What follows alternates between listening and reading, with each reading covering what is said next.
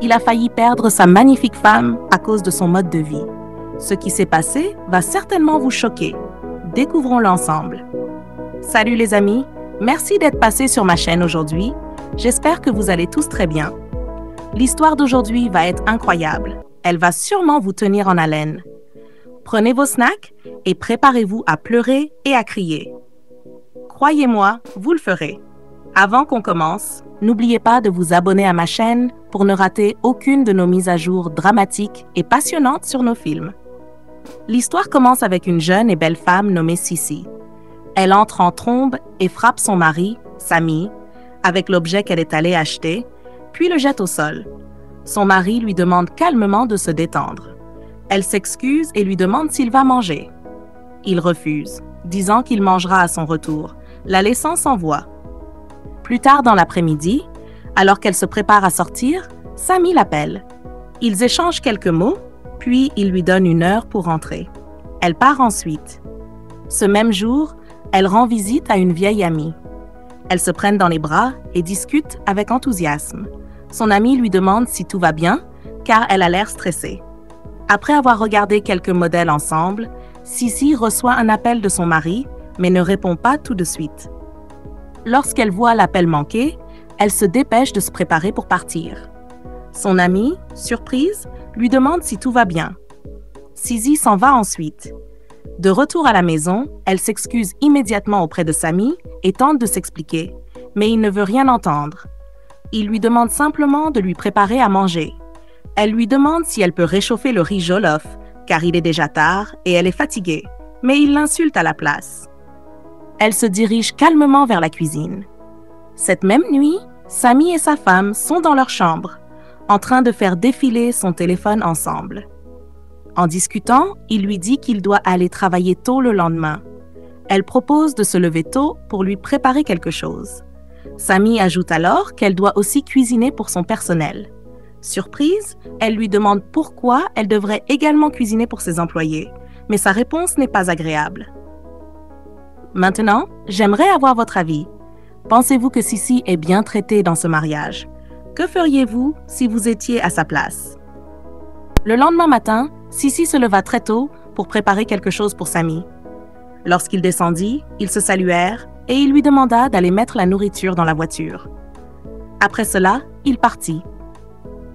Elle rentra à l'intérieur, s'étira, puis s'assit, perdue dans ses pensées. Plus tard dans la nuit, Sissi était dans la chambre en train de ranger des vêtements quand elle trouva un dossier dans l'armoire. Choquée par ce qu'elle y vit, elle se rendit au salon pour retrouver son mari. En lui servant un verre d'eau, elle lui demanda calmement pourquoi il la trompait. Sami, furieux de la question, se leva, laissa la nourriture intacte et monta directement à l'étage. Le matin suivant, Sissi faisait le ménage dans le salon lorsque Sami descendit. Elle le salua, mais il l'ignora et sortit. Ce soir-là, Sami rentra du travail, mais continua à ignorer sa femme. Sissi se mit alors à genoux pour le supplier. Finalement, il lui pardonna et la prit dans ses bras. Le lendemain, Sissi rendit visite à son amie. En discutant, son amie la complimenta sur son apparence et dit que son mari devait bien s'occuper d'elle. Puis, elle lui demanda pourquoi elle ne faisait rien pour elle-même, au lieu de rester à la maison toute la journée. Sissi répondit que son mari ne voulait pas qu'elle se fatigue. Alors qu'elle parlait encore, Sami appela. Il était énervé qu'elle soit restée dehors au-delà de l'heure qu'il lui avait donnée. Elle s'excusa rapidement et dit à son amie qu'elle devait partir. Puis elle s'en alla. Pendant ce temps, un des amis de Sami avait remarqué comment il traitait sa femme et n'était pas d'accord avec ça. Il essaya d'en parler avec lui, mais Sami le prévint de ne pas se mêler de sa vie. L'ami laissa alors tomber le dossier et partit. Ce soir-là, Sissi entra dans la chambre pour prévenir Sami que le repas était prêt. Mais au lieu de lui répondre, il la saisit et la força sans son consentement. Maintenant, j'aimerais avoir votre avis. Comment pensez-vous que Sissi devrait gérer cette situation douloureuse? Quels conseils lui donneriez-vous si c'était votre amie ou votre sœur? Le lendemain matin, Sissi fut réveillée par un grand bruit. Elle se leva et commença à chercher son mari. Plus tard dans la journée, elle sortit seule pour aller acheter des médicaments. Elle croisa un ami de Sami qui lui proposa de la déposer. Ils sortirent rapidement de la voiture pour lui ouvrir la portière, puis ils partirent. Quelques minutes plus tard, elle rentra à la maison et trouva son mari très en colère. Une dispute éclata entre eux et elle laissa éclater sa frustration. Sami la fit culpabiliser, lui rappelant tout ce qu'il avait fait pour elle et la menaça de ne plus s'occuper d'elle. Ensuite, il la poussa légèrement et monta à l'étage, la laissant en larmes. Le jour suivant, Sisi était dans le salon en train de faire défiler son téléphone quand quelqu'un frappa à la porte. Elle fut surprise de voir son ami, mais elle l'accueillit quand même et ils discutèrent. Pendant ce temps, au bureau, Sami cherchait un dossier quand son ami entra pour lui rappeler que la réunion allait commencer. Réalisant qu'il avait oublié le dossier à la maison, Sami se leva rapidement pour aller le récupérer. À la maison, Sisi alla chercher un verre d'eau pour son ami. Celui-ci la regardait intensément et tenta de l'embrasser, mais elle l'arrêta. Puis, il remarqua que son mari était de retour. Elle lui dit vite de partir par la porte de la cuisine. Quand Sami entra, il lui demanda si tout allait bien, sentant que quelque chose clochait. Heureusement, il ne découvrit rien. Il monta à l'étage chercher le dossier, en lui redemandant si elle allait bien avant de partir. Plus tard dans la soirée, Sami et Sisi étaient assis ensemble dans le salon, en train de faire défiler son téléphone. Sami lui annonça que son ami organisait une fête d'anniversaire et qu'il voulait qu'elle vienne avec lui. Sisi répondit simplement « D'accord ». Mais Sami ajouta qu'il ne lui demandait pas, il l'informait. Son humeur changea immédiatement. Le soir suivant, alors que Sisi se préparait à sortir, elle demanda à son mari ce qu'il pensait de sa tenue. Il répondit « Normal ». Cette remarque la blessa, mais elle ne dit pas grand-chose. Ensuite, ils partirent. 1 heure plus tard, ils étaient déjà sur le chemin du retour quand une amie de Sami l'aperçut. Il devint très excité, la complimenta et la prit dans ses bras devant sa femme. Sisi n'en pouvait plus et retourna à la voiture pour l'attendre. Quelques instants plus tard, ils arrivèrent à la maison. Sisi était visiblement bouleversée par ce qui s'était passé. Elle demanda à son mari pourquoi il était si rapide à complimenter une autre femme, mais ne complimentait jamais sa propre femme. Une dispute éclata et Sami monta à l'étage, furieux. « À vous maintenant ? Comment vous sentiriez-vous si votre partenaire complimentait toujours les autres, mais ne vous montrait jamais d'appréciation ? Pensez-vous que la réaction de Sisi était justifiée ? » Le lendemain, Sisi se rendit chez son amie. Elles échangèrent des politesses et discutèrent un peu avant que son amie ne s'éclipse pour continuer ses affaires, laissant Sisi l'attendre. Plus tard dans la soirée, Sisi et Sami étaient à table en train de manger lorsque Sami lui annonça que ses amis viendraient à la maison vendredi et qu'il voulait qu'elle leur prépare quelque chose de spécial. Sisi accepta sans hésiter. Pendant qu'ils discutaient encore, un appel arriva sur le téléphone de Sami. Il s'excusa et monta directement à l'étage pour répondre.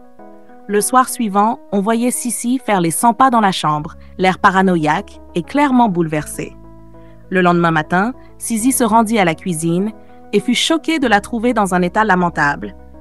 Elle ignora le désordre, prit un peu d'eau et retourna dans sa chambre. Soudain, Sami entra en criant au sujet de la cuisine en désordre. La surprise fut grande lorsque Sisi prit enfin la parole pour elle-même et lui dit qu'elle ne comptait pas nettoyer le désordre causé par lui et ses amis. Cela le mit en colère et il alla le nettoyer lui-même. Après cela, il se fit à manger sans penser à sa femme.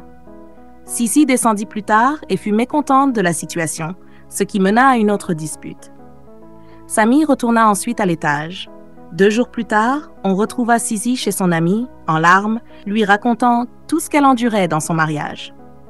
Son amie la consola et lui demanda si elle avait de la famille ou des proches dans les environs qui pourraient parler à Sami. Elles continuèrent leur conversation ensemble. Le matin suivant, alors que Sami se préparait pour aller au travail, Sisi entra dans la chambre et le serra dans ses bras par derrière, s'excusant et promettant de changer. Mais il lui répondit qu'elle était toujours manipulatrice et qu'il doutait qu'elle change un jour. C'était un moment douloureux. Malgré tout, elle continua à le supplier jusqu'à ce qu'il finisse par l'enlacer.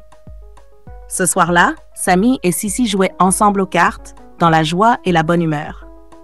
Puis le téléphone de Sami sonna. Il répondit rapidement, tout excité de voir que c'était son ex-petite amie. Un grand sourire aux lèvres, il lui confessa à quel point elle lui manquait. Le choc fut encore plus grand lorsqu'il commença à lui dire des mots doux, ce qui fit immédiatement changer l'humeur de Sissi.